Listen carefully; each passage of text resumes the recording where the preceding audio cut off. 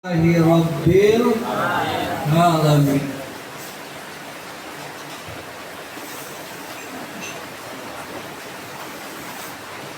Pertama yang sama-sama kita hormati Sohibul Musibah,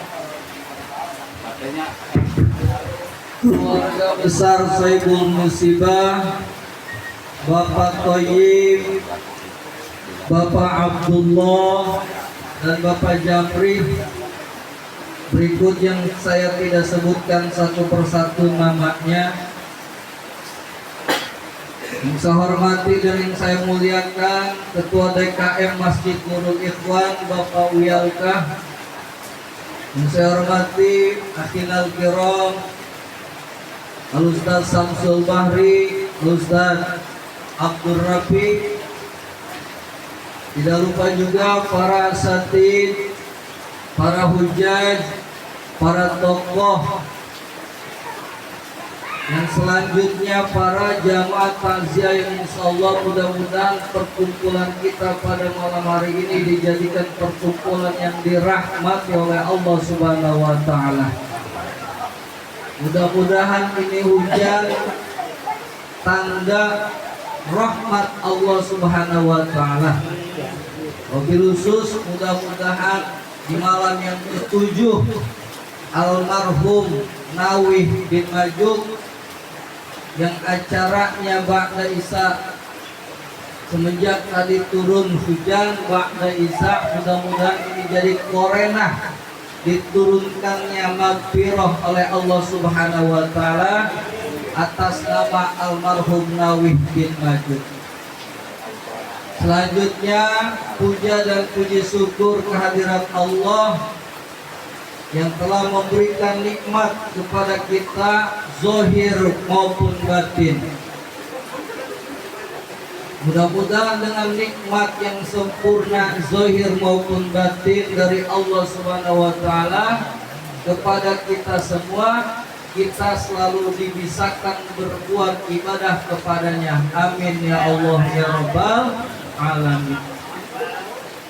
Selanjutnya tidak sempurna puji ke Allah tanpa dibarengi dengan membaca salawat kepada junjungan alam kita yang telah membawa umat dari zaman kegelapan hingga zaman yang terang benderang seperti ini. Tidak lain junjungan alam itu yaitu Nabi besar Muhammad sallallahu alaihi wasallam. Setelah mengucapkan puji dan membaca sholawat, pada hari ini kita diundang menghadiri rutinan takziah yang diadakan di rumah Sohibul Duka, yaitu Nawih bin Majuk. Mudah-mudahan amaliyah kita dari malam pertama, bacaan yasin kita, zikir, tahlil, salawat kita, mudah-mudahan sampai ke malam ke-7 diterima oleh Allah Subhanahu wa taala, yang kita limpahkan pahalanya untuk almarhum Nawih bin Majuk. Mudah-mudahan Bapak Nawih bin Majuk di alam kuburnya diluaskan alam kuburnya, diterangkan alam kuburnya, diampuni segala dosa perdosanya. Amin ya Allah ya Rabbal alamin. Alhamdulillah pada malam ke-7 ini diguyur sama hujan.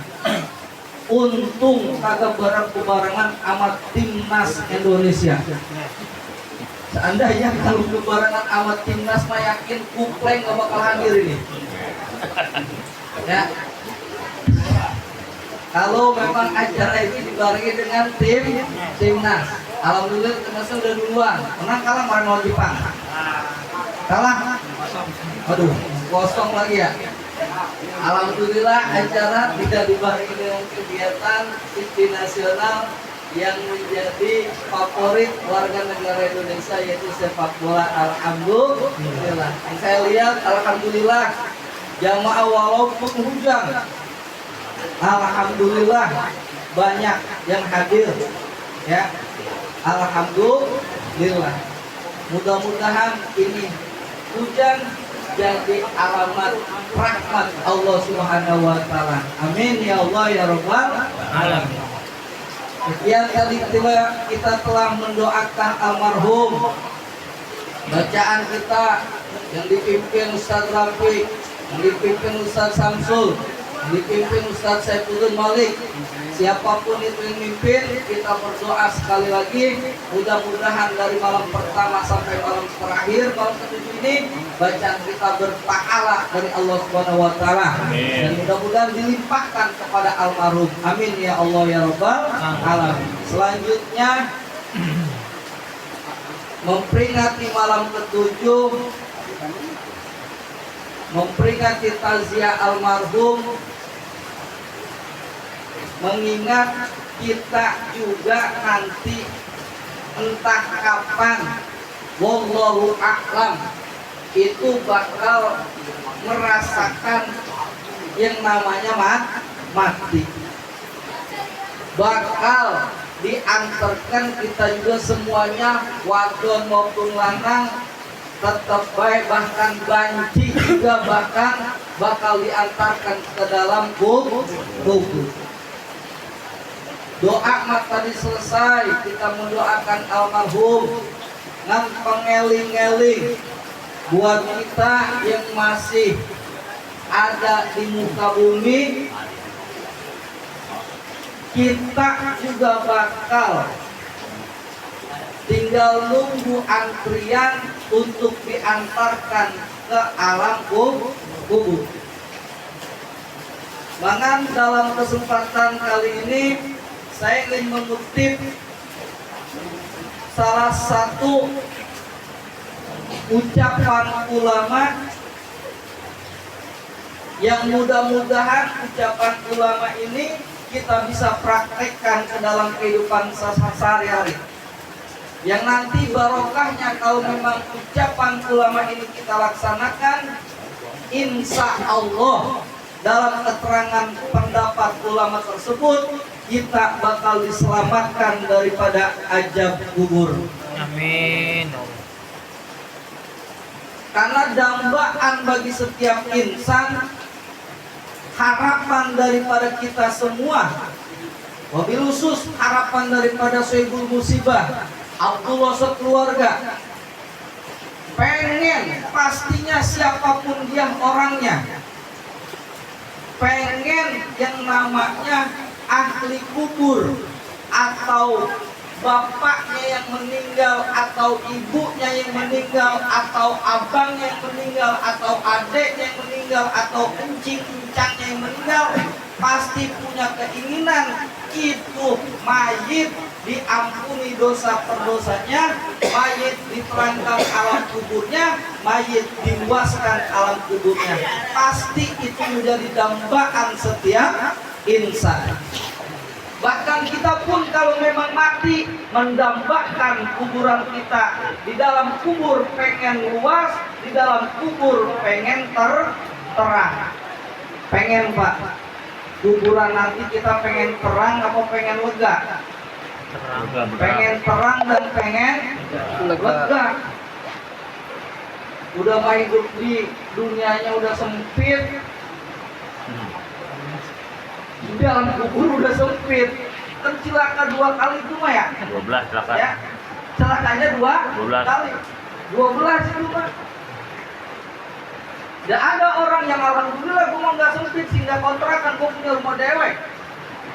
Tapi di alam kuburnya bisa jadi sempit.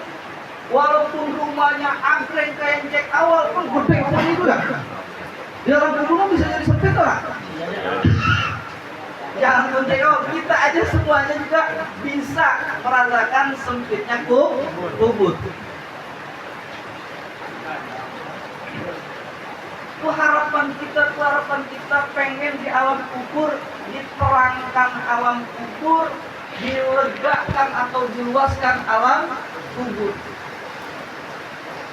Kalau kita secara dohir ngelihat kuburan mah palingnya liang lahat, ya, itu kan enggak lebar-lebar banget. Ibarat ngulet juga ngulet itu mayat kalau kita udah taruh ke liang lahat rada susah itu. Bener nggak? Kalau ngulet begitu ngulet rada susah.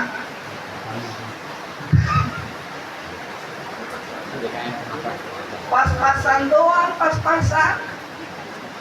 Apalagi yang sekarang kuburan udah pada mulai ditindih. Karena kuburan duluan, lalu lu makin empat pun gua duluan di sini, ya. Geseran lah dikit. Takutnya seperti itu. Nah, ada salah satu keterangan dari ulama yang mungkin ini bisa jadi pelajaran buat kita supaya harapan kita di alam kubur nanti ketika kita masuk kuburannya lega, kuburannya terang. Kalau udah terang sama lega mah enak. Ya. Tidur nih kita tidur kalau sempit marah orang betah kita. Bener nggak? Bener. Ya. Sempit tidur orang betah, bahkan kita orang pulas tidur. Contohnya kalau di villa nih, ares, sejak awal, jauh pada villa, satu kamar tidur, geser apa geser sama lagi, cuma ada begitu ya? Nah, padahal dalam kubur mah orang barengan itu bang kuple, dewek, tapi di sana bisa lega, bisa sempit. Ya, bisa terang, bisa gelap. Nah, di sini saya bakal mengutarakan satu ucapan ulama. Bagaimana? Qala al-faqih berkata orang yang banget ngerti, al-alim yang alim, al-alamah yang banget alimnya.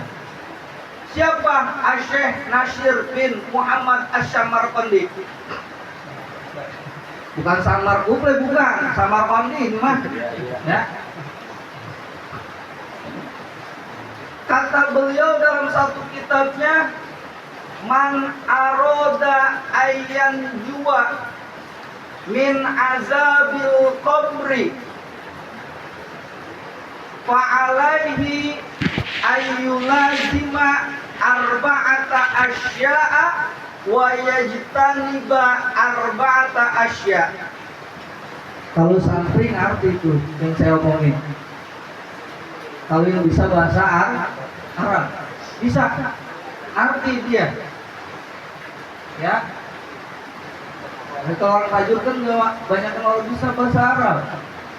Bisanya bahasa Inggris.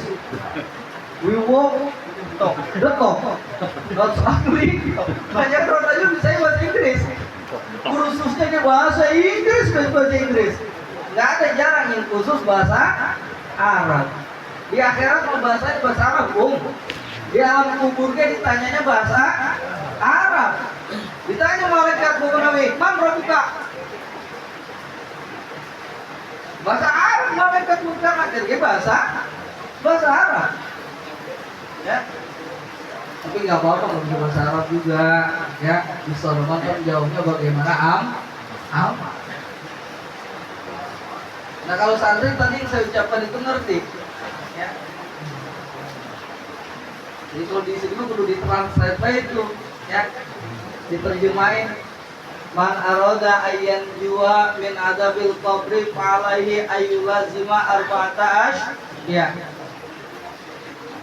Artinya apa? Man aroda ayyan jua min adabil qabri. Barang siapa, orang tajur ke, orang kebun manggis ke, orang Ciputat ke, orang kayu gede, orang Pinang ke, siapa baik? Ayyan jua min adabil qabri.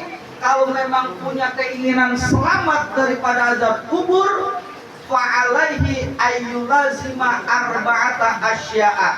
Maka orang tersebut yang pengen selamat daripada azab kubur kudu menetapkan 4 perkara, melazimkan 4 perkara, melaksanakan 4 perkara, wa yajtaniba arba'ata asya', dan kudu menjauhi 4 perkara. 4 kudu dilakonan, 4 kudu ditinggalkan. Kalau ini yang 4 kita lakonin, tudi'u wa tusi'ul kubro, bakal bisa menerangi kuburan dan bakal bisa melegakan kuburan. 4 doang sih, 4. Masa iya sih orang 4 doang. Ya. 4 perkara.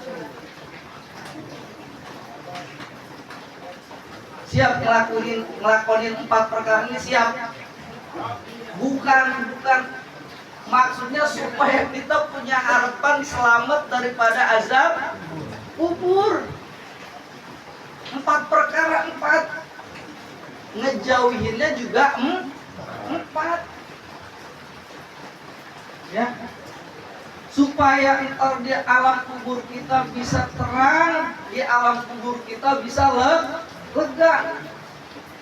Kan enak kalau udah terang terus lega. Ini mah udah gelap sempit. Waduh, sama di akasia udah rada habis lagi lahannya, bikinan sempit baik tuh. Ya, kalah kita sama orang Cina. Orang Cina kuburan 1 orang 2 gede jasa itu. Ya, orang Cina bukan kuburan gede-gede ya. Gitu. Kalah kita. Orang Islam kuburan yang udah sempit dipersempit lagi sekarang supaya masuk banyak, kuotanya menjadi tambah banyak.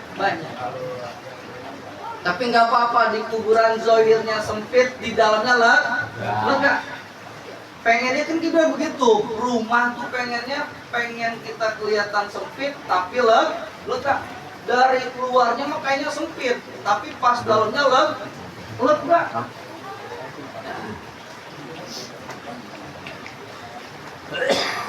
Ya, pengennya tuh kita punya nanti di alam kubur kita begitu tuh. Ya, nggak apa-apa gue mau sempit juga di alam kubur, tapi di dalamnya lega. Apa yang 4 tersebut yang bisa waktu diul kubro waktu si'uhu, yang mereaksikan kalau kita melaksanakan yang 4 ini dan menjauh yang 4 bakal menerangi kuburan kita dan bakal melegakan kuburan kita. Yang pertama apa? Pamuhafadzatus sholawati. Apa yang pertama? Pamuhafadzatus sholawati. Apa artinya pamuhafadzatus sholawati? Ini saya titip orang Tajur. Pelihara pirang-pirang sholat yang 5 waktu. Pelihara sholat yang 5 waktu. Pokoknya mau gimana kayak lu susah, lu seneng, lu bahagia, lu nelangsa, lu belangsak, sholat mah jangan ditinggalin kalau bisa. Pamuhafadzatus sholawat, memelihara sholat yang 5 waktu. Itu luar biasa. Menjaga sholat yang 5 waktu. Itu harus berdasarkan, pokoknya gimana kek, pokoknya kudu dilaksanain. Temu-temu kan ada yang malas sholat ya? Ada yang malas sholat? Hah? Lah ada be yang malas sholat mah ada. Udah sholat mah ya orang pakai biaya. Sholat mah ya masjid lega bener, masjid disediain sama masjid, wudunya juga gratis. Ya. Pamuhafadzatus sholawat, yaitu memelihara sholat. Baik, kalau bisa mah kita mau seneng mau susah, kalau bisa mah kita tetap kudu sholat. Ya. Fondasi identitas yang paling itu adalah sholat. Jadi identitas yang paling nyata kita Islam itu adalah sholat. Saya pelihara sholat yang 5 waktu. Ustaz, kalau saya subuh kesiangan gimana? Sholat baik. Jadi sholat subuh gimana? Sholat subuh bisa ente kerja jam 7, jam 8. Kalau memang ninggalinnya kagak sengaja bisa dikodok nanti malam. Ya. Pokoknya jangan sampai ketinggalan sama sholat yang 5 waktu.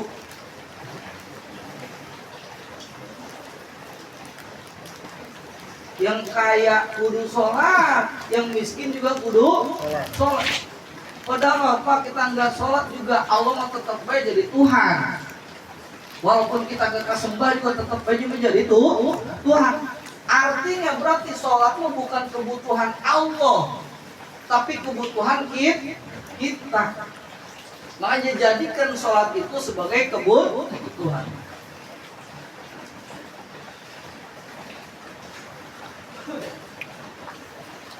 Sholat yang 5 waktu, kalau memang kita pengen kuburan kita terang, kuburan kita pengen lega, pelihara sholat. Mau ente tukang mabok, sholat. Mau ente masih demen dangdut, sholat. Mau ente temen nonton pamilis, sholat. Tetep kudu sholat. Sholat itu jangan ditinggal, walaupun kita masih tukang siap. Sholat udah, ya. Tetep kudu sholat. Dengan harapan nanti kuburan kita bisa terang dan bisa lega. Ini mah amanat daripada para ulama. Barang siapa yang pengen selamat daripada azab kubur, ya, maka kudu melazimkan 4 perkara, menjauhi 4 perkara. Yang pertama tadi pamuhafazatus sholawat. Pelihara sholat, jaung di kantor, sholat baik. Ares, sholat baik. Mau siapa itu sholat. Ya. Berapa lawannya sholat? Paling lama juga kita 5 menit. Sholli faradzuhur barakatuh Allahu Akbar. Kalau memang malas baca iftitah, pengen cepat-cepat langsung gue baca Fatihah. Ya. Enggak pakai baca surat, jarangnya apal gua kul huwa sama kuliah doang. Enggak apa-apa itu juga. Ya. Yang penting mah dilakonan. Sholat. Ini esensinya ntar barokahnya daripada kerjaan kita di alam dunia itu ngaruh ke bawah kepada alam kubur. Itu yang pertama, yaitu pamuhafazatus sholawat. Pelihara sholat. Ya. Jangan di mana-mana kita kagak sholat, giliran di kampung kita sholat. Ya. Di mana-mana kita kagak sholat, bablas terus. Ya. Tapi giliran di kampung mah sholat. Di mana-mana juga kita ittaqillaha haitsuma kunta. Itu yang pertama. Masih banyak mati 4 ya, baru 1 ya. Yang kedua apa?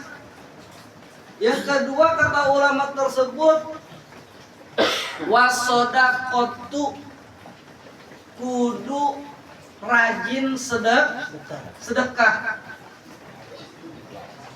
Kudu rajin sedekah. Nah kan kalau sedekah mah ngomongin sedekah nih ya, kayaknya mah kan kalau yang rada susah mah ya buru-buru bisa sedekah kan ya.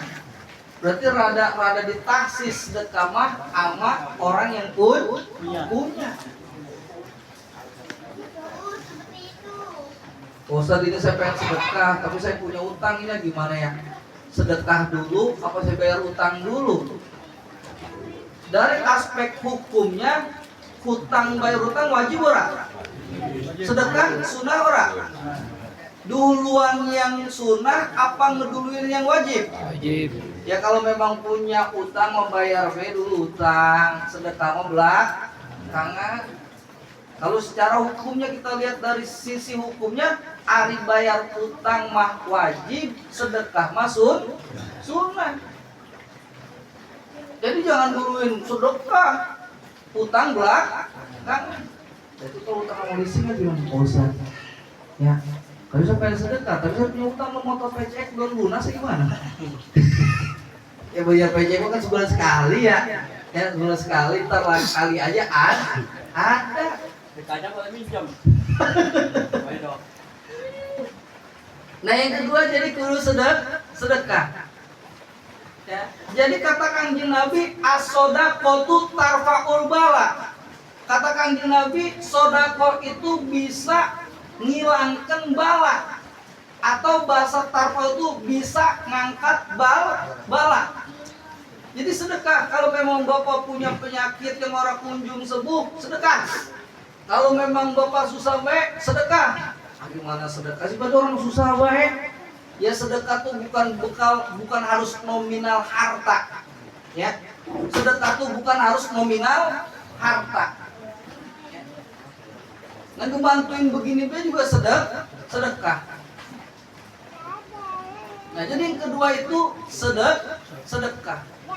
Jadi kalau memang kita punya keinginan, kata ulama tersebut, pengen selamat daripada azab kubur, ya, ayyulazima arba'ata asya. Ya, yang pertama muhafadzatus sholat, yang kedua sodakoh. Ya. Kalau memang kita lagi paratin, ya, pakai sedekah, luar biasa itu, ya. Sedekah luar biasa. Mau bagi orang kaya yang tajud sedekah, ya. Makanya rada kalau sedekah mah kalau diidentikannya kepada harta gitu, ya berarti nisbatnya buat orang kaya.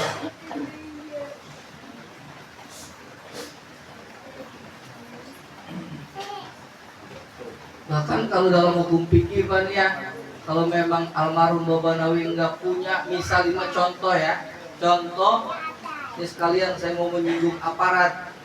Artinya kalau memang nih almarhum nggak punya untuk dikapankan atau tidak punya harta, nggak punya tirkah harta yang ditinggalkan oleh mayit, kemudian untuk biaya mulasarah mayit, maka pertama kewajibannya itu adalah RT.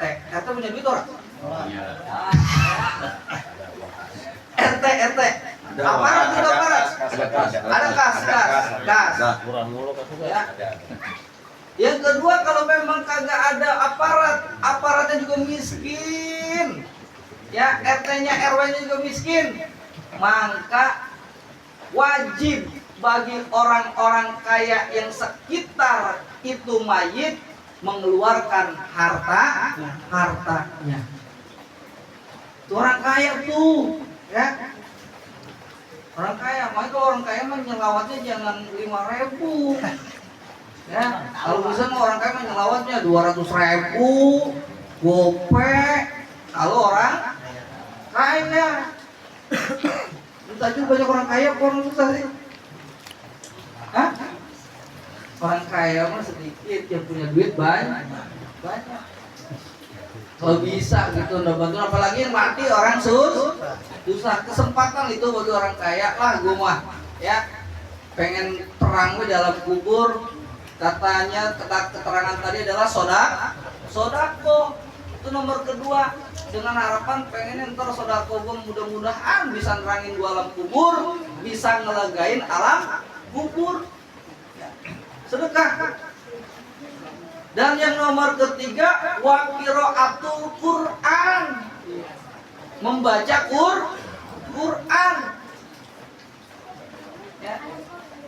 Saja Quran orang tapi bisa gua mah. Ya. Ya yang gua punya duit. Ya udah duit saya keluarin. Jadi ada jalannya tuh ya. Orang kaya tapi orang tapi begu baca Quran.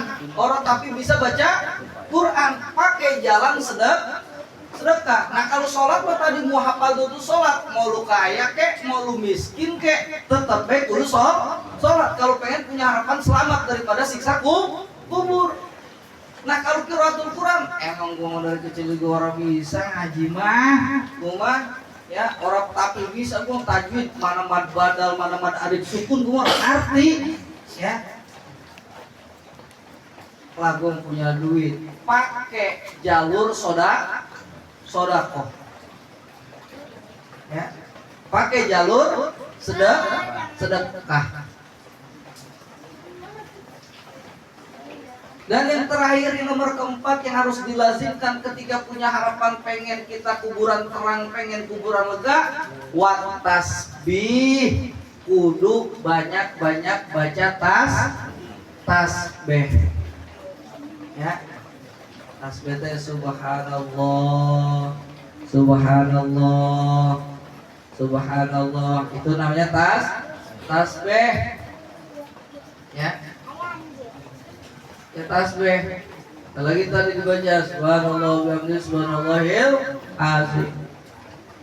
Ya, apalagi kalau kita bacanya antara azan subuh sama qomat dibaca 100 kali. Itu kata keterangan mah ngelancarin rezeki itu. Baca tasbih pagi waktunya ba'dal azan wa qabla sholat, sampai antara azan dengan qomat. Makanya kalau di masjid habis aja jangan buru-buru qomat. Jangan buru-buru qomat. Nih, saya pengalaman sama Ustaz Samsul ke Pasuruan. Tahu nggak makam Syekh Hamid Pasuruan? Itu sholat subuhnya udah 5:30. Bener nggak? Jadi udah terang, udah agak terang di sana mah, di Pasuruan mah udah terang. Dengan apa itu sholat? Kok di sana mah udah agak siang sholat subuhnya? Satu, maksudnya nungguin supaya orang ada yang ketinggalan sembahyangnya, orang ada yang masbuk. Yang kedua, itu habis azan itu banyak yang zikir.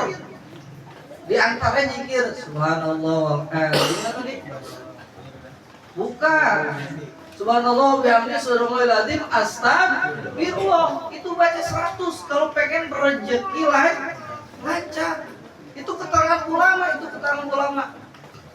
Barang siapa yang membaca tasbih subhanallah bihamdihi subhanallahil azim astagfirullah 100 kali, waktunya antara azan dengan qomat subuh, itu digampangkan rezekinya.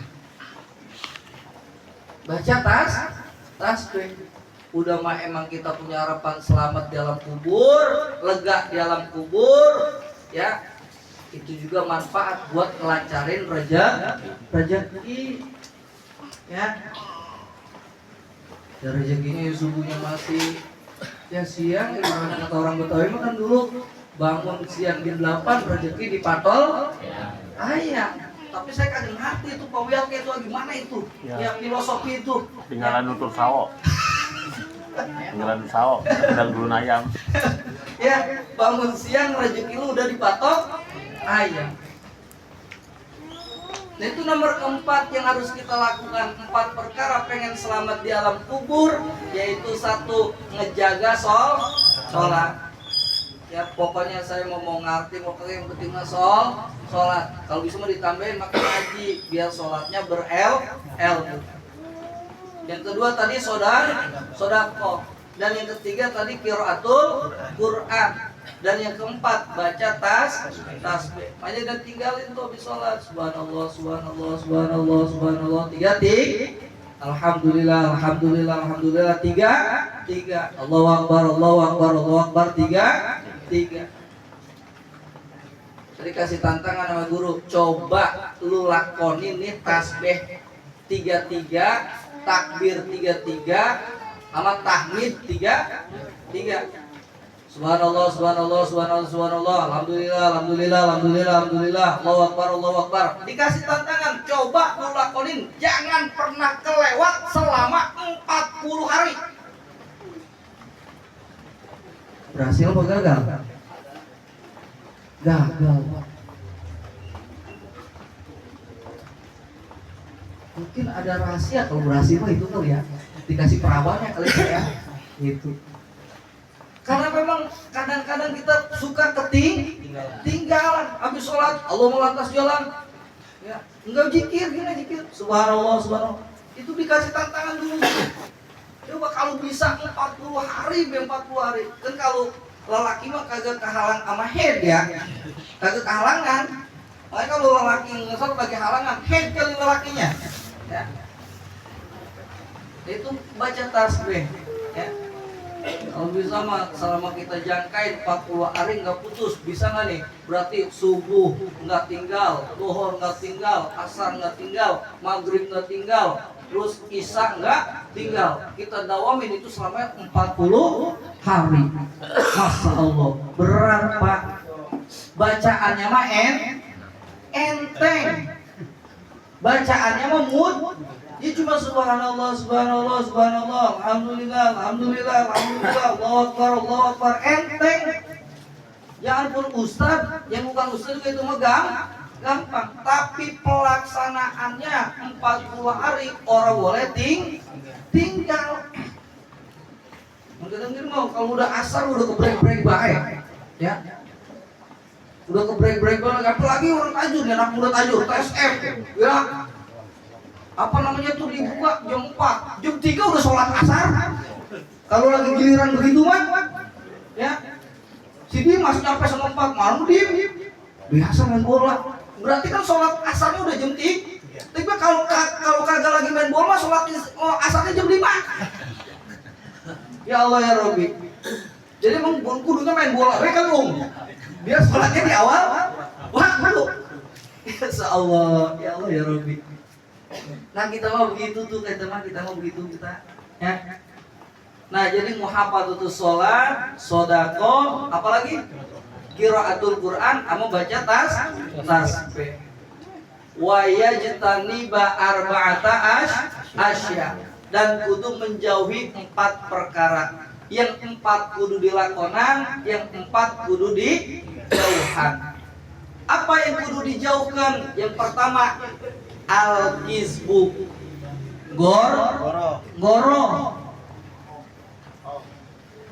bohong. Kalau kata orang sini mah bohong.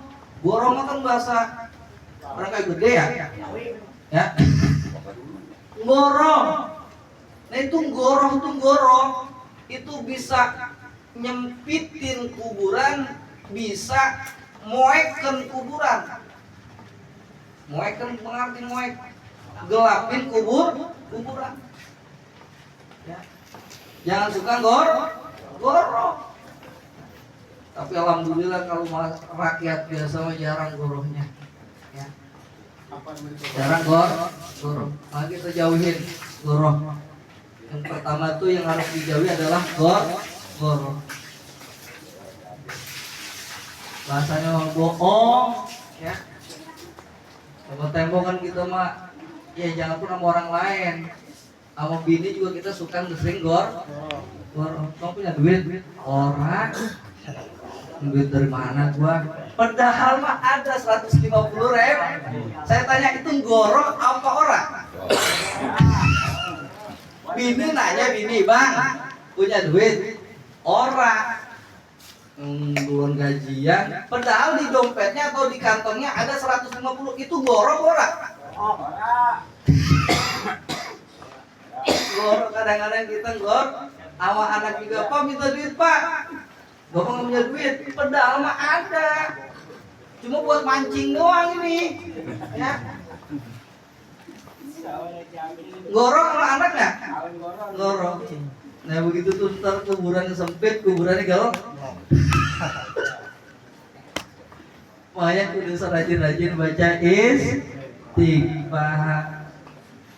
Ya. Kali itu mah goro mau bisa ke istighfaran ama istighfar. Astagfirullahaladzim. Astagfirullahaladzim. Ya Allah, saya minta ampun Gusti. Astagfirullahaladzim. Aku minta ampun Allah kepada Allah. Lazimkan, karena kita mah sehari-hari juga emang tukang dosa. Emang kita tukangnya bukan kenek dosa, kita bukan. Udah tukang.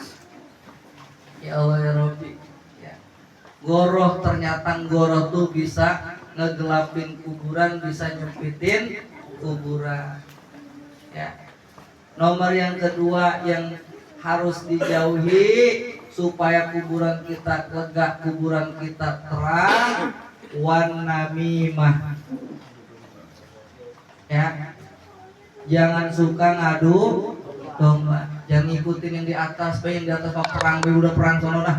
Ya, di atas mah pada mainnya politiknya politik adu domba. Biarin kita mampuin bawah, jangan. Lagi apa nih pakai diadu sih pakai domba? Kecuali ngadu domba kan orang Garut doang. Yang ngadu domba mah orang Garut. Ya. Ada tradisi di Garut mah ngadu domba. Jangan suka ngadu domba. Kalau ngadu domba itu suka ntar di kuburannya, ntar kalau udah mati sempit sama gelap. Diterapkan orang politik, banyak medsos politik, adu domba. Partai ini dibenturkan dengan partai ini, pejabat ini dibenturkan dengan pejabat. Biarin di atas mah, mau berantem kayak masa bodoh. Asal kita mah jangan. Lagi kita ngadu domba apa kepentingan? Kalau dia mau partai pada main adu domba, mungkin buat kepentingan partai, bukan keuntungan golongan.